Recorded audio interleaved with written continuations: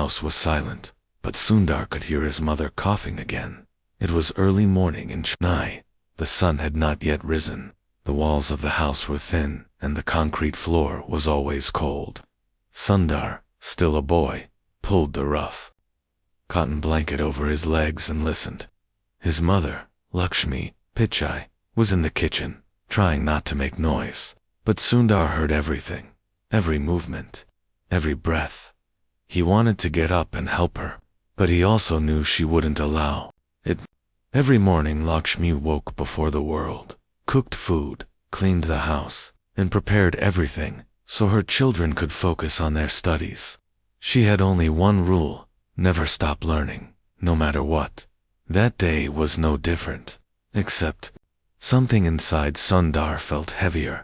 Maybe it was the way his mother paused while stirring the pot.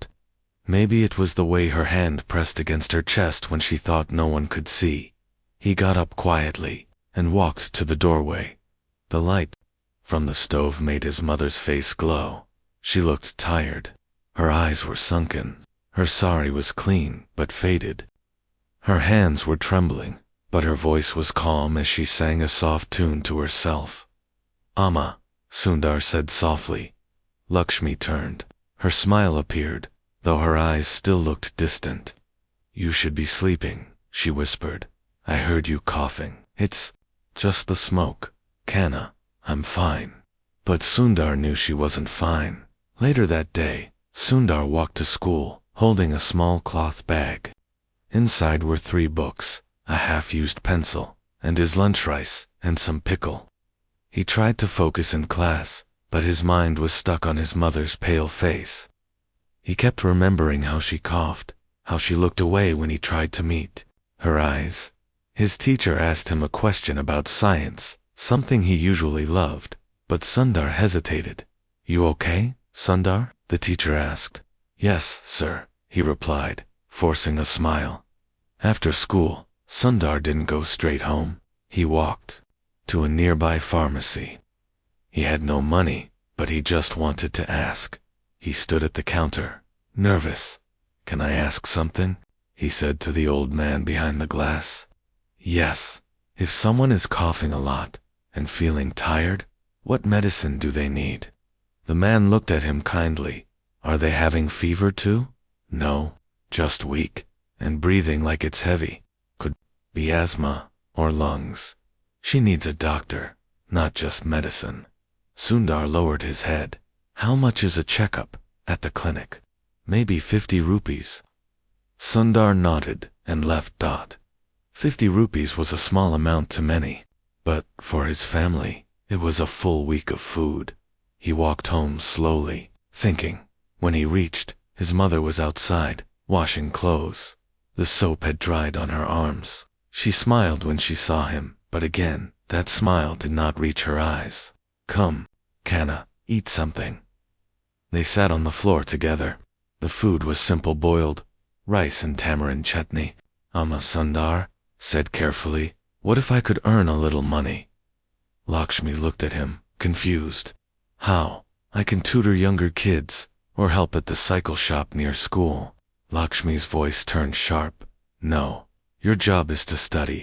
But no, Sundar, I'll manage. You don't worry about anything." He wanted to argue, but he saw something in her eyes, pride, mixed with fear. She didn't want her son to become like her. She didn't want his dreams to shrink because of struggle. That night, she came to his room with an old notebook. "This was mine," she said. "I used to write in it when I was your age." "What did you write?" "Dreams, stories, sometimes names of places I wanted to visit." She placed it in his hands. "I stopped writing after I got married, but you don't stop. Write everything, even your smallest dreams." "Why?" "Because dreams that are written down become promises." Sundar looked at the notebook. The pages were yellow, but they smelled of hope. He opened the first page and wrote, "I want to build something the world uses." His mother saw it, and for the first time that day, her eyes sparkled. Over the next weeks, Sundar studied harder. He stayed up late, reading library books, solving math problems, exploring how circuits worked. His mother watched silently. Every time she felt pain, she swallowed it. She didn't let it show. But one day, while sweeping the front yard, she fainted. Sundar ran to her, screaming. Neighbors came. Someone brought water. Someone called for ARICKSHAW. At the small clinic, the doctor said her lungs were weak. She needed rest. Maybe medication for the next 3 months. Sundar sat outside the clinic, his eyes burning. She needs rest, but she will not take it, he told the doctor. Then you must convince her, the doctor said. When they returned home, Lakshmi was quiet. Sundar helped her lie down. He cleaned the kitchen. He cooked dinner, even though it was just boiled dal and rice. You're not supposed to do this, she said. I'm supposed to take care of you. No, Kanna. I live so you can go far, not so you stay behind for me. Sundar didn't answer. 2 days later, something happened that changed everything. The school principal called for a science competition. The winner would get a scholarship to study at a top school in another city. Sundar saw the notice and felt his heart race. But the entry fee was 20 rupees. And he had nothing. That evening, he sat with his mother. Amma, there's a science contest. Good. I want to enter. The winner goes to a special school, but the form costs money. Lakshmi said nothing for a long time. Then she stood up, walked into the kitchen, and opened an old tin. Inside were a few coins and a torn note. She gave him the money. I was saving this for your birthday, she said. But your future is the best gift. Tears filled Sundar's eyes. I'll make you proud, he whispered. You already have. He spent the next 10 days building a small model of a smart circuit board. He used parts from old radios and broken toys. His fingers bled from soldering. He didn't sleep well, but he smiled more. Because he was working towards something. On the day of the competition, he wore his only clean shirt. Lakshmi packed him rice and curd. Before he left, she placed her hand on his head. Remember, she said, don't be afraid to dream big, even when the world is small around you. He nodded. At the contest, Sundar stood in front of judges, explaining his project with passion. He didn't have fancy words, but he had fire in his heart. One judge, a scientist from Delhi, was impressed. Where did you learn this? He asked. My books and my mother, Sundar replied. The results came a week later. Sundar had 1 dot when he ran home to tell his mother. She was sitting by the window. Amma, he shouted, holding the letter. She looked up, her face still pale, but her smile brighter. Then the sun. You won? Yes. I'm going to Delhi. Lakshmi didn't cry. She just held him close and whispered, I knew it. I always knew you would fly. That night, she stayed awake as he packed. She folded his shirts with care.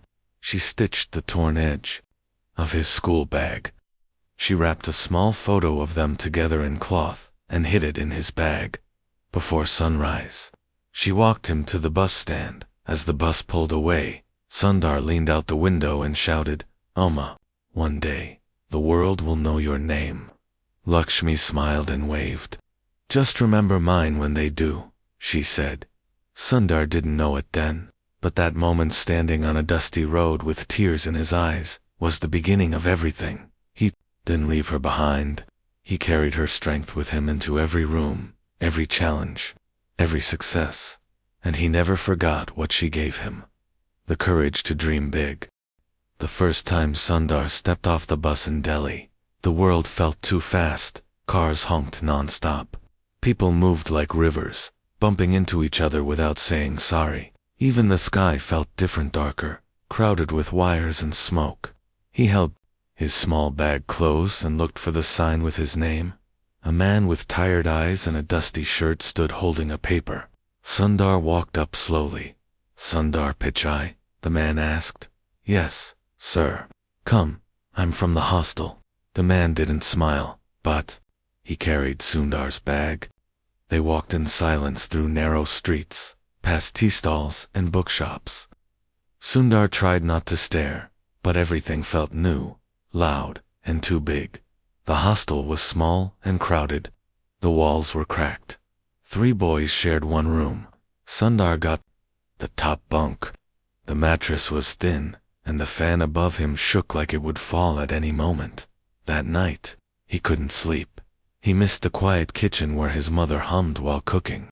He missed the smell of tamarind rice. He even missed the sound of her cough. The next morning, classes began. The school was strict. The students wore ironed uniforms and spoke English fluently. Sundar felt out of place. His accent was strong. His shoes were worn out. His lunchbox had plain food, while others had sandwiches and fruits. During the first math class, the teacher asked a question. Sundar knew the answer, but hesitated. A boy behind him whispered, "Villager won't even open his mouth." A few students laughed. Sundar felt his cheeks burn. He kept his head down. That night he called home from the public booth. Lakshmi picked up Uma. "It's hard here. Tell me. I don't fit in. They laugh at how I talk. I miss home." Her voice didn't tremble. "Sundar, remember what I told you. The world may be loud, but your silence has strength. You don't need to shout, just shine. But what if I fail? Then fail with courage. But never stop trying." He held the receiver tightly, eyes full of unshed tears. "I miss you." "I'm right here," she said, touching her own heart. "Every time you feel small, just close your eyes and hear me say dream big." The line disconnected. Sundar returned to class the next day, quiet but determined. He started studying late into the night. He borrowed books from the library, made notes in his old notebook, the one his mother gave him. He improved his English by reading newspapers aloud when no one was around. He watched how others solved problems, listened closely, and never missed a single lesson. Slowly, teachers noticed him. "You have talent," his physics teacher told him. "You just need confidence." One day, in computer class, the teacher showed a simple program on the screen. Sundar's eyes lit up. He asked questions, stayed behind after class. Within weeks, he was building programs on his own. His classmates still mocked his clothes, but they couldn't match his logic. By the end of the term, Sundar ranked second in the entire class, and that was when the letter came. A scholarship offer for a special science camp in Bengaluru. Only the top students were selected, and Sundar was one of them. He ran to the post office to send a telegram to his mother. "Got scholarship. Going to Bengaluru. Love you, Amma." That night, Lakshmi sat on their doorstep, holding the telegram like it was made of gold. A neighbor saw her and said, "You must be proud." Lakshmi smiled softly. "I'm proud every day." In Bengaluru, Sundar felt something change. The camp was filled with students who loved learning. No one laughed at his accent. Instead, they asked questions. Sundar spoke up more. He made friends. One boy, Arun, was from Mumbai. "You're the guy who built the circuit in Delhi, right?" Arun asked. "Yes, that was brilliant. I saw your name in the newsletter." For the first time, Sundar didn't feel like a stranger. He felt like a learner among learners. One evening, after coding for hours, he sat outside with Arun. "Do you ever wonder if we'll make it big?" Sundar asked. "What do you mean? Like, work for a big company? Or build something huge?" Arun laughed. "Man, we already are big. We're here, learning, growing. That's rare." Sundar smiled. But later, as he looked at the stars, he remembered something his mother once said. "Even the sky isn't the limit if your roots are strong." After the camp, he returned to Delhi stronger. He entered a national science fair. This time, his project used basic code to show how trains could be made smarter. He presented it with calm confidence. When asked where he learned all this, he said, "My mother taught me how to think." His project won. He got offers from top colleges. He chose IT Karagar. When he called home to tell Lakshmi, she didn't say a word at first. "Amma, I'm here. I'm just crying. Don't cry. I'm not crying because I'm sad. I'm crying because I know your dreams are growing bigger than our house. Before leaving for college, Sundar came home for a short visit. The house hadn't changed much. The roof still leaked in one corner. The fan made the same old noise. But his mother had kept everything spotless. She cooked his favorite food, lemon, rice, papad, and mango pickle. They sat under the small tree in front of the house. You've changed, she said, double quotes, how? Your shoulders are taller. Your eyes are steadier. You gave me that steadiness. She placed her hand on his. Promise me one thing, Kanna. What? No matter how far you go, never forget where you started. He nodded. And never forget the power of being kind. Success without kindness is hollow. Sundar took those words with him to college. At ITE, he faced new challenges. Smarter students, harder subjects, tighter schedules. He didn't always win. Sometimes he failed exams. Sometimes he felt lost. But every time he felt like giving up, he opened that notebook. The first line was still there. I want to build something the world uses. And right below it, he added another line, and I want to make my Oma proud, every step of the way. His professors began to see his quiet brilliance. You don't speak much, one said, but when you do, it changes the room. Sundar smiled. My mother says silence is strength. Years passed, and then came a moment that changed everything. A professor called him after class. Sundar, have you heard of Stanford University? Yes, sir. They're offering a scholarship. It's tough to get in, but I believe you should try. America, yes. Sundar went home that holiday with a dream in his heart and fear in his chest. Amma, he said, what if I applied to study in America? Lakshmi didn't blink. Then you must. But it's far, expensive. Then we'll borrow, we'll sell, we'll do whatever it takes. Your dream is mine. He stared at her. Are you sure? I was sure the day you were born. Go, dream, and fly. Sundar sat alone at the train station with a letter in his hand. The Stanford University letterhead looked official, almost too official. The paper felt thick, cold, important. The words printed on it were clear he had been accepted. The scholarship would cover tuition, but not everything. He still needed to pay for travel, housing, and food. He looked at the people rushing past him. Trains arrived, horns blared, announcements echoed in every direction. But Sundar heard only his heartbeat. He had done it. But now came the hard part, leaving home. Lakshmi was sewing an old blouse when he arrived. Amma, Sundar said quietly. I got in. She didn't speak. She just stood up, her hand on her chest. Stanford, the university in America. Yes, when? 3 months from now. Lakshmi looked away. For a second, she didn't move. Then she asked softly, how much do we need? Almost 1 lakh for the flight and first few months. She sat down again and began folding the blouse carefully, her fingers trembling. Slightly. We'll do it. How? Don't worry about that. But Sundar knew what that meant. She would sell the few pieces of jewelry she had. She would borrow from relatives, maybe even take a loan. He walked to her side and touched her hand.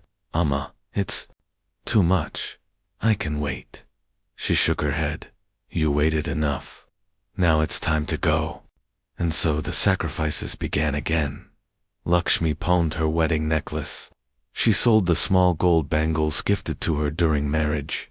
She borrowed from old neighbors who trusted her heart more than her words. When Sundar found out how much she had given away, he felt guilt mixed with love. I'll pay you back. You'll pay it forward, she said, before Sundar boarded the plane. He stood at the airport with his mother. She wore her cleanest sari. Her hands were folded tightly in front. Of her she had never flown. She had never seen an airport before, but she looked calm. You look like Appa today, she said. Do you miss him? Every day? But he would have been proud of you. Sundar touched her feet, and she placed her hand on his head. Remember one thing, yes. The world may be full of people smarter than you, but none of them have your heart. Never. Forget that. He nodded, trying to hold back tears. As the plane took off, Sundar looked out the window and whispered, "I'll come back with more than just degrees. I'll come back with purpose." Stanford was a world unlike anything Sundar had ever known. The campus was wide and full of trees, glass buildings, fountains, and silence. Students from all around the world walked confidently. They wore jeans, drank coffee, and spoke with ease. Sundar felt small at first, just like Andeli Dot. His English wasn't fast. His clothes were simple. His eyes searched for comfort. But he had come here with more than books. He had come with his mother's dreams, stitched into his skin. Every time he felt lost, he opened a photo of her. It was the same one she hid in his bag years ago.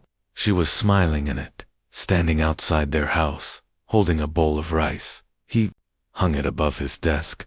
He spent his first few weeks sitting in libraries, watching online lectures, and talking as little as possible. But he listened to everything. He learned, quietly, patiently. He was different from others. He didn't party. He didn't waste money. He cooked rice in a small cooker. He reused notebooks. And every Sunday, he called Lakshmi from a phone booth. "Oma, it's hard. That means it's working. I feel alone sometimes. Alone is good. It makes you strong. People don't see me here. That's okay. You don't need to be seen. You need to shine." And slowly, he did, one day. A professor asked a question about how people in different countries use technology. Sundar raised his hand. "Yes," the professor said, surprised. "I think, in countries like mine, people share phones, sometimes one device for a whole family, but they still find a way to connect." "That's a good point. Where are you from?" "India, Chennai." "Interesting. Please stay after class. I'd like to talk." That one comment changed everything. Sundar was invited to research meetings. He was asked to speak more, and with each word, he grew bolder. But life was not smooth. He missed meals sometimes to save money. He worked part-time jobs to support himself. He swept floors in libraries. He helped professors with data entry. Some students laughed when they saw him cleaning. "Student janitor," one whispered, but Sundar smiled. He knew his mother had cleaned homes too, with dignity, with pride. One winter night, it snowed for the first time. Sundar stood outside, shivering in a thin sweater. He had never seen snow before. It felt soft but painful. His fingers turned numb. He thought about calling his mother, but the phone booth was too far, and he had no coins left. He sat down on a bench and closed his eyes. "Amma," he whispered, "I'm cold, I'm tired." But in his mind, he heard her voice clearly. "If the road is frozen, take smaller steps, but never stop walking." He got up, went back to his dorm, and wrote an email to one of his professors. "I'd like to work more hours if possible. I can help with any project. I need to earn for food and winter clothes." The professor replied in 10 minutes. "Yes, come tomorrow morning, 8 a.m. sharp." From then on, Sundar started working in the university's tech lab. He helped design early software interfaces. He learned how users interact with machines. He didn't just study code. He studied human behavior. His mind began to see patterns. People wanted simple things, tools that made life easier, access that didn't require privilege. He remembered how his mother used to struggle with old train tickets, how hard it was to get information when phones were shared by entire neighborhoods. That's when he had an idea. What if technology didn't just serve the rich? What if it became so simple, even his mother could use it? He wrote that line in his notebook. Build something even Uma can use. That became his personal mission. By the time he finished his master's degree, Sundar had received several offers. Companies wanted him.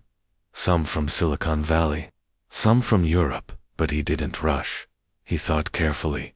And then, one day he got a call from a company that was still young but growing fast, Google. They wanted to interview him. When he told Lakshmi, she didn't understand the name. "What is this Google?" He laughed.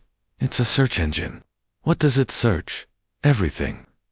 "Then ask it how to make dosa without a pan," she joked. He smiled. "Amma, if I get this job, I'll finally be able to send you money. Real money. And maybe bring you here." "No need," she said gently. "I don't need dollars. I just need your voice every Sunday."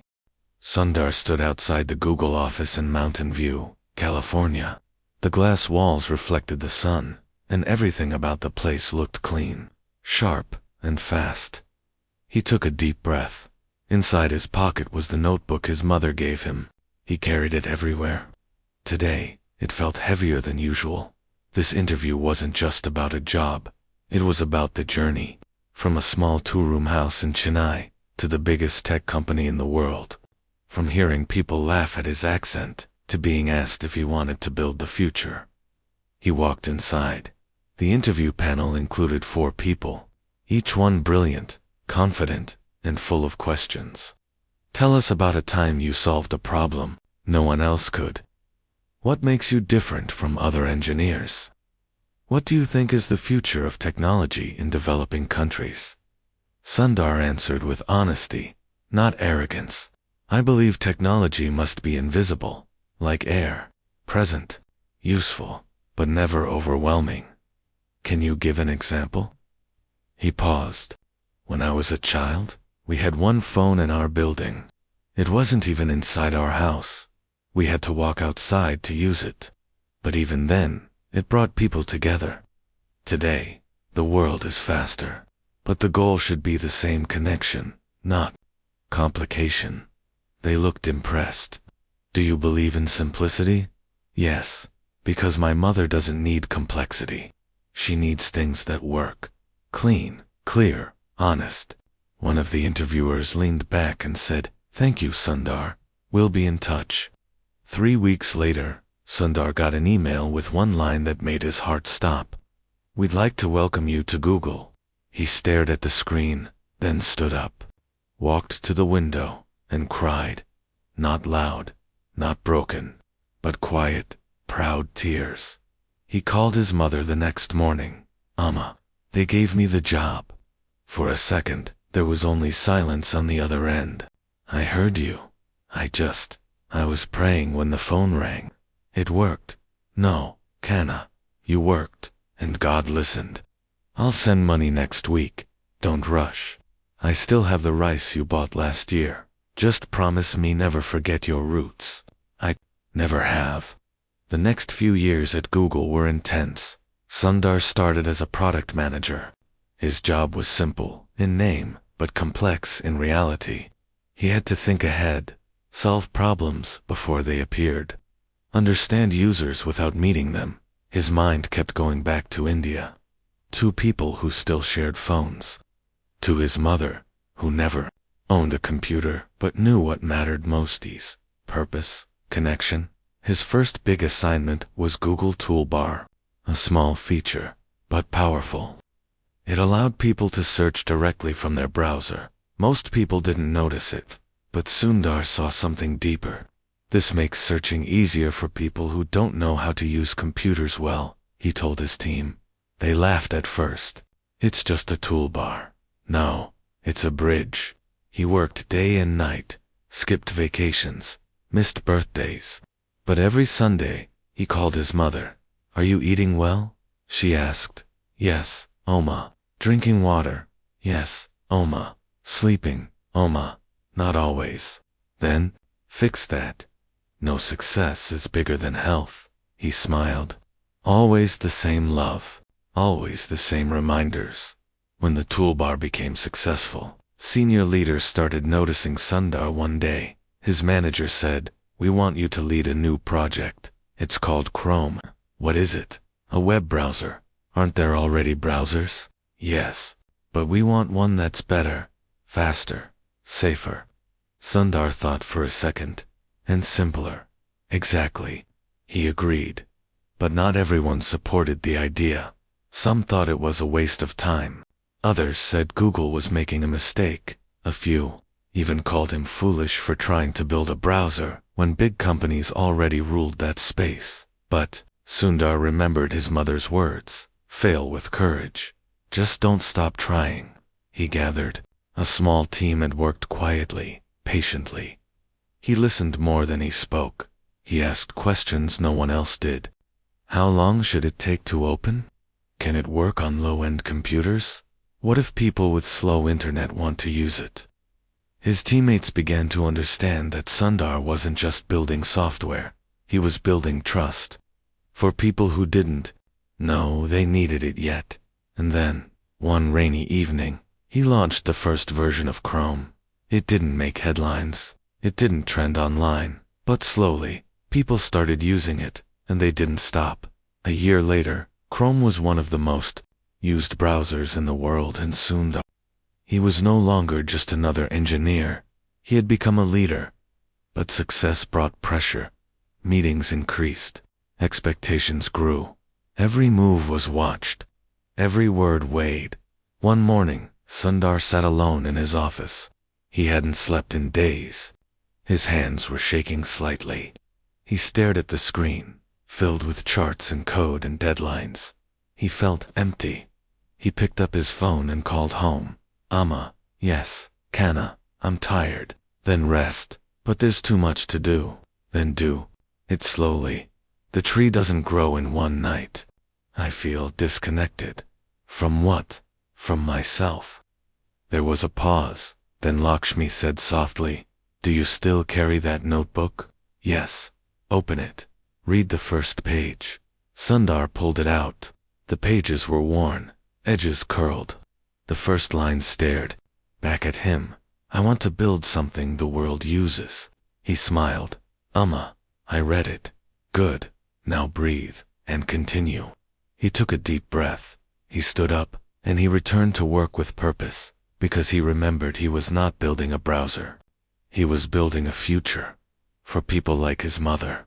For those who wanted the world but didn't know where to start.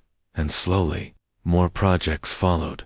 Android, maps, apps. His name kept rising, but he stayed the same. Humble, quiet, focused, and every Sunday, he still called home. Even when meetings were piled up. Even when time zones didn't match. "Uma, I'm here, and I'm proud. Even if I fail someday." Especially then. And one day, everything changed again. He got a call from the CEO of Google. "Sundar, we want you to take the lead on more products. You've proven yourself." He didn't know what to say. "Are you sure?" "Yes, you listen, you care, and you lead." Sundar called his mother that night. "Amma, I think they want me to lead everything." "Everything, almost." "Then lead with love, not power." "I'll try." "Don't try. Do." And with that blessing, he stepped into the biggest shoes of his life. The day Sundar was announced as the new CEO of Google, the world clapped. The headlines flashed across screens around the globe. Indian-born engineer becomes Google CEO from Chennai to Silicon Valley. The story of Sundar Pichai, humble genius, now leads tech giant. Cameras followed him. Reporters searched for photos from his school days. Old teachers were interviewed. Former classmates suddenly remembered his brilliance. But amid all the noise, Sundar stayed quiet. He didn't celebrate in a big way. He didn't throw a party. Instead, he walked into his office, shut the door, and called the only person who mattered. His mother. "Amma." They made it official. "I know. I saw it on TV." "What did they say?" "They said your name. They said my name too." He laughed. "How do you feel?" "I feel like it's still the same boy who used to cry when he dropped his lunch." He smiled. Again, but then grew serious. "Oma, I'm scared." "Why?" "Because now, everything is on my shoulders." "But your shoulders were built strong. They carried pain, pressure, and dreams. They can carry this too. What if I disappoint people?" "Then let them be disappointed. Just don't disappoint yourself. That night, Sundar couldn't sleep. He stared at the ceiling, remembering his childhood room, the leaky roof, the rusty fan, his mother's cough in the kitchen, the smell of tamarind rice, the sound of neighbors fighting over the shared phone, and now, he was leading a company that connected billions of people. He felt like he had traveled across lifetimes, and yet, part of him still felt that same fear of not belonging. The next morning, he stepped into a packed hall. All eyes were on him. The first company-wide meeting as CEO. He took a deep breath, stepped to the podium, and said the words he had written the night before. My mother never touched a computer, but she taught me everything about human connection. She showed me that simplicity is power, that humility is strength, and that leadership is not about being the loudest voice, but about listening to the quietest one.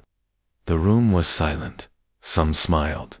Some blinked away tears. From that day, Sundar didn't just lead Google. He transformed it. He made decisions that helped people in rural areas access the internet. He pushed for affordable smartphones, for better language support, for tools that worked even with slow connections. He wasn't thinking about profit. He was thinking about possibility. He remembered how his own street had one shared phone, how his mother used oil lamps to read at night. How many others still lived like that? And he asked himself, again and again, how do we make their lives easier? But even as his vision grew, his personal life began to feel the strain. He missed home, he missed warmth, he missed the simplicity of his mother's presence. One evening he was supposed to attend a grand award ceremony in New York. Politicians, celebrities, and tech leaders would be there. But that same day, he got a message from his cousin in Chennai. Amma is not well. He froze. What happened? Fatigue. Maybe heart strain. She fainted this morning. Sundar didn't wait. He canceled everything. No speeches.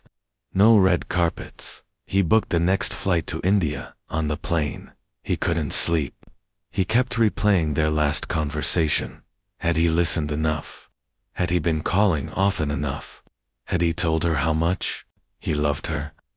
When he arrived at the hospital, Lakshmi was sitting upright, wearing a hospital gown, sipping tea. Uma, he whispered, walking in. She looked up and smiled. You came. Of course I came. You had an award. I have you. She chuckled. I'm fine, just old. You're not old. You're Oma. She touched his cheek. You still look like the boy who cried when I scolded him for eating sweets. He laughed, tears in his eyes. They sat quietly for a long time. No titles. No spotlight. Just a mother and son.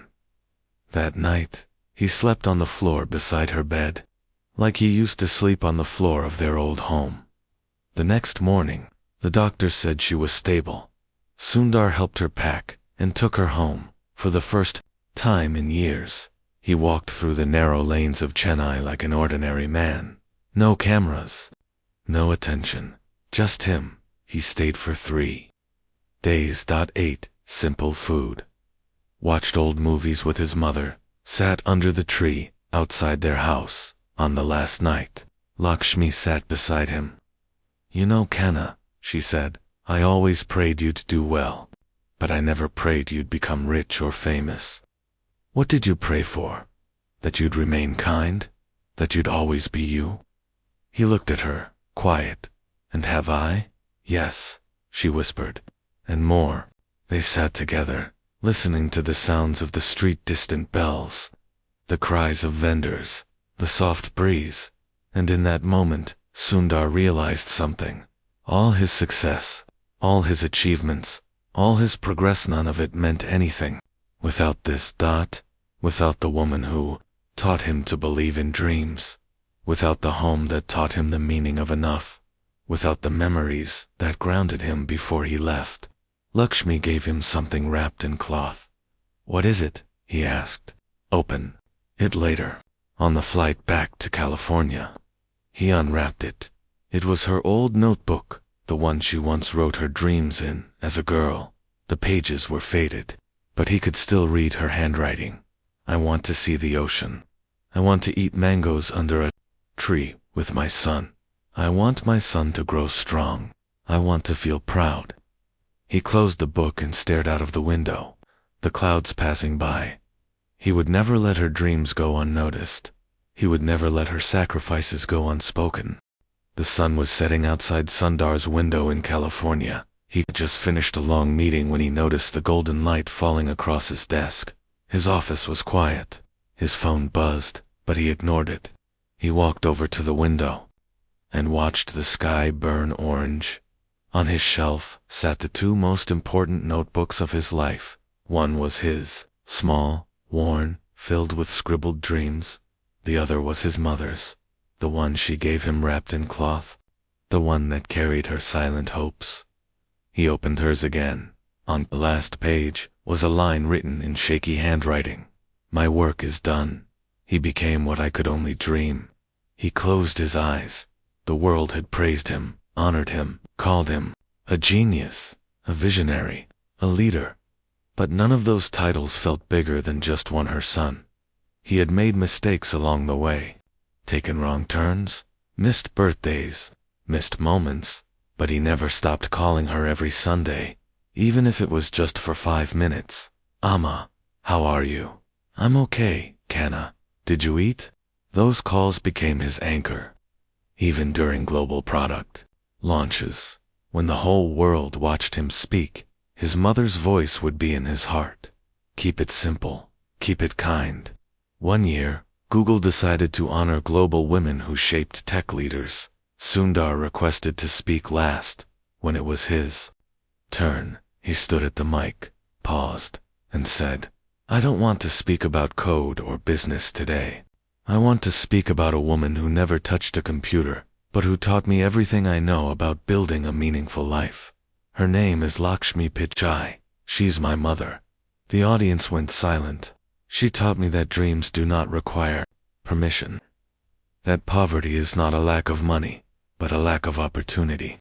And that the most powerful thing in the world is belief. People clapped. Many cried. That speech went viral.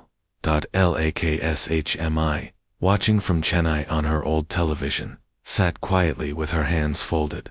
A neighbor knocked. Lakshmi, did you see? He mentioned you. The whole world is listening. She smiled. I'm just glad he remembers who he is. A few weeks later, Sundar finally did something he had dreamed of for years. He flew to India not for work, not for meetings, but for something personal. He bought 2 plane tickets, one for him and one for his Uma. When he reached their small home in Chennai, she was sweeping the floor. Uma, he said, pack a bag. Why? We're going on a trip. Where? You'll see. She had never left the city, never been to an airport, never imagined flying, but he helped her walk through security, held her hand through takeoff, and watched her face as the plane rose into the sky. Are you scared? He asked. No, she said, gripping his fingers. I'm with my son. They landed in the Maldives.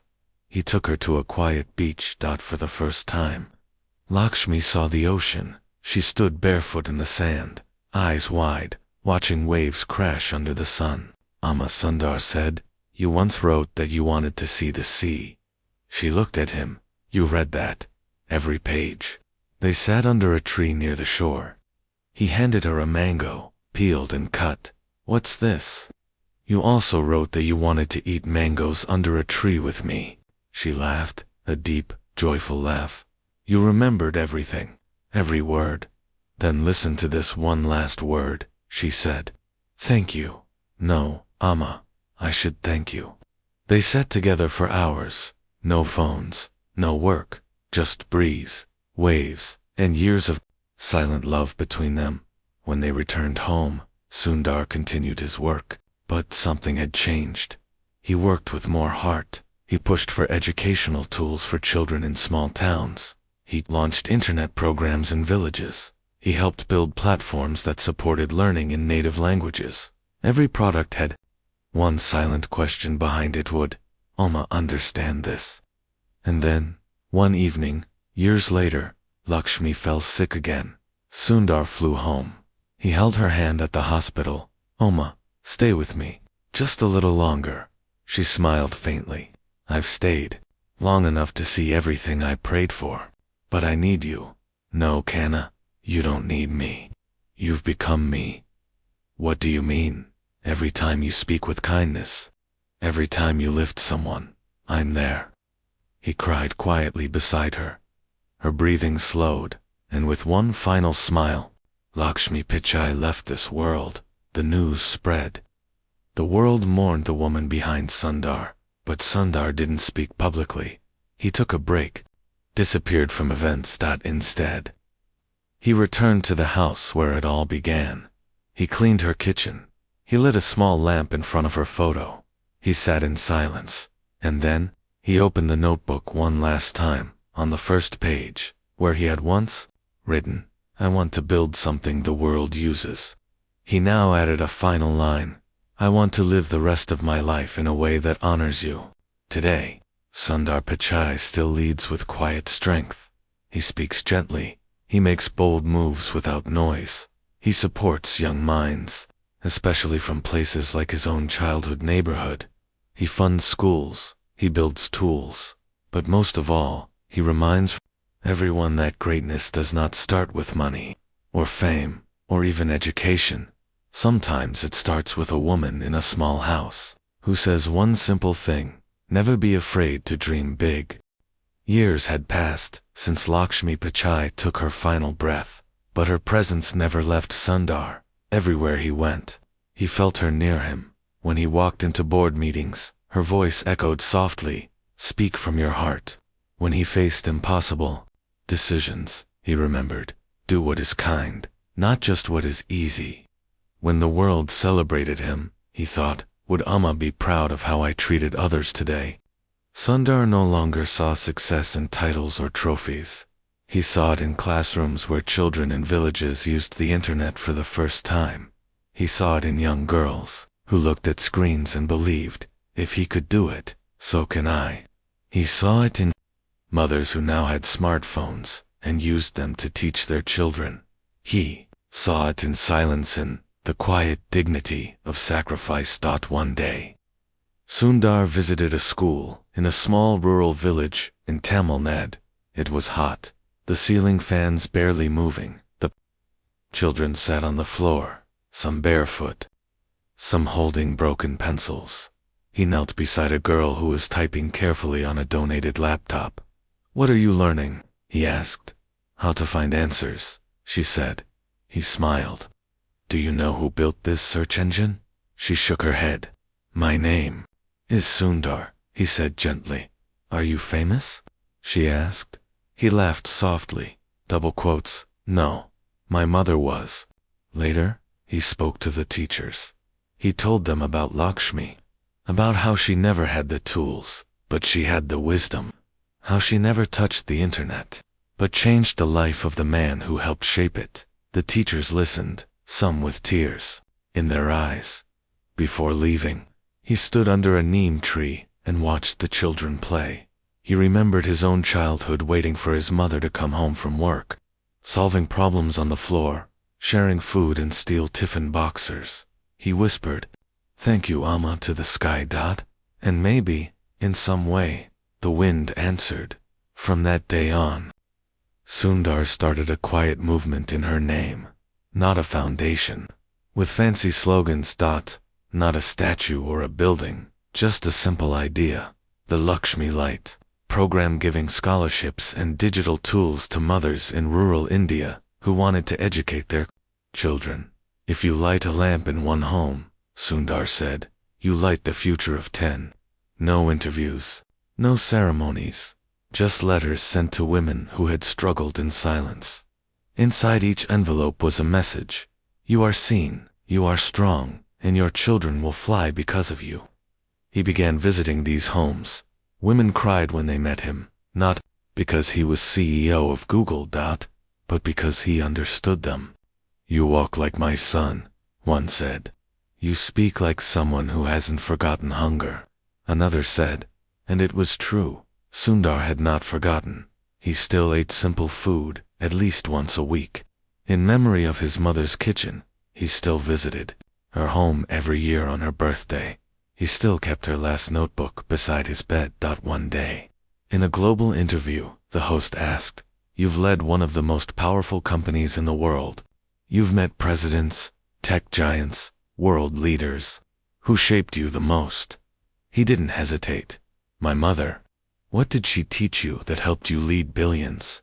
"She taught me to listen, to serve, to keep going, even when no one clapped."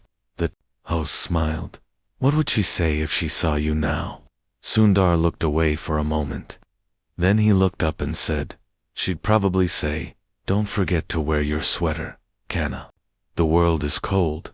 The audience laughed, but behind that laugh was a deep truth. Sundar still carried her warmth through the coldest moments, still led with the heart she gave him, still built with the values she whispered into him on quiet Chennai mornings. In a world where leaders often forget where they came from, Sundar never did. He wore humility like a second skin, and when people asked why, he answered simply, "Because I was raised by a woman who dreamed through struggle and taught me to dream with courage." One morning, he visited his old school in Chennai.